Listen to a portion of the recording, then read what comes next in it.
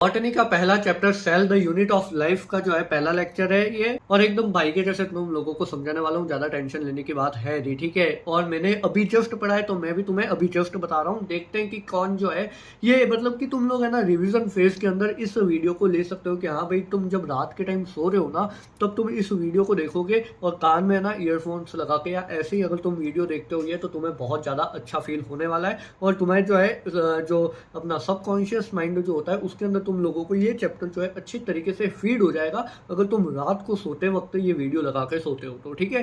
तो अब अपन स्टार्ट करते हैं। तो एनसीईआरटी की लाइन आती है कि सेल जो है वो basic fundamental unit of life है।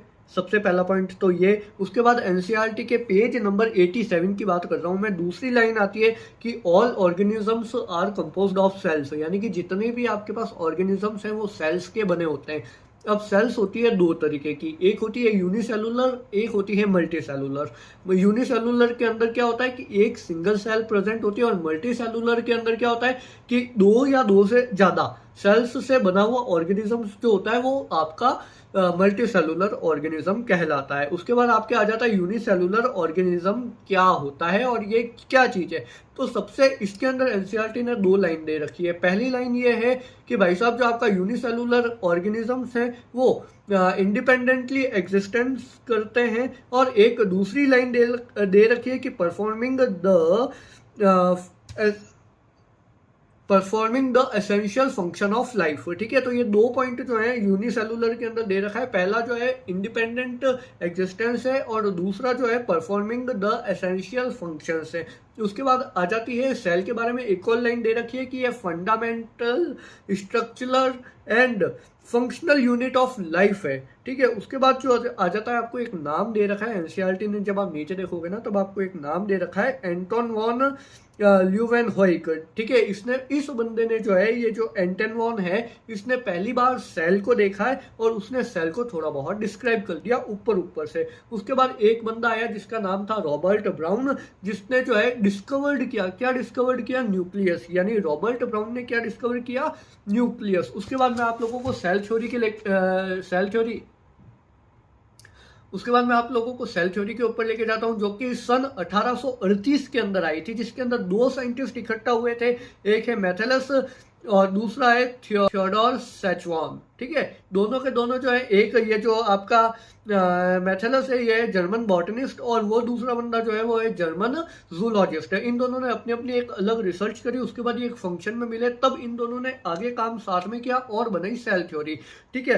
तो आपका ये जो मैथेलस है इसने क्या किया, स्टडी ऑफ डिफरेंट प्लांट्स करा। उसके बाद इसने क्या किया, स्टडी ऑफ डिफरेंट प्लांट्स किया, तो फिर इसको एक चीज पता चली कि all plants are composed of different type of cells, यानी कि जितने भी प्लांट्स हैं वो अलग अलग तरीके के सेल्स से बने हुए होते हैं। उसके बाद जो है आपका शेचवान में जाओगे तब इसने क्या किया, सबसे पहले तो ये एनिमल की स्टडी कर रहा था। एनिमल की स्टडी करने से इसको एक बात पता चली कि एक थिन आउटर लेयर होती है जिसको इस बंदे ने नाम दिया सेल मेम्ब्रेन। उसके बाद इस बंदे का मूड बदला और ये बंदा बन गया जूलॉजिस्ट, यानी इसने प्लांट की स्टडीज करना स्टार्ट किया। तब इसको एक पॉइंट पता चला कि प्लांट की जो है एक यूनिक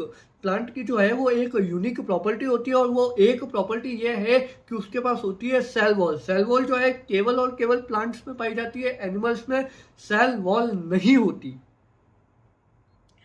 और फिर इसने भी जो है वो मैथेलस जैसा एक सेम स्टेटमेंट निकाला कि जितनी भी बॉडीज है, चाहे वो एनिमल की हो गई चाहे प्लांट्स की हो गई, वो सब यूनिक यानी अपनी अपनी अलग अलग तरीके की सेल्स से कंपोज्ड होती है, यानी बनी हुई होती है।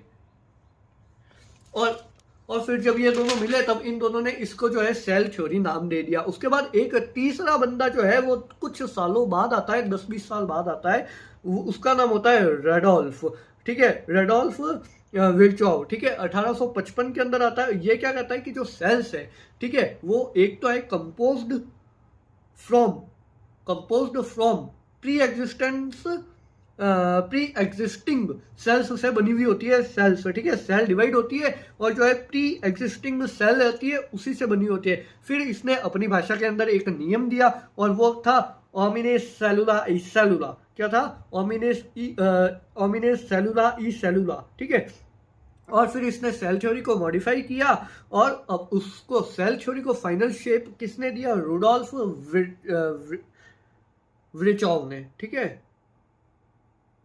फिर एनसीईआरटी ने 2 लाइनें दे रखी है सेल थ्योरी के बारे में। पहला है कि all living organisms are composed of cells, all living organisms are composed of cells and product of cells, और all cells arise from pre existing sales.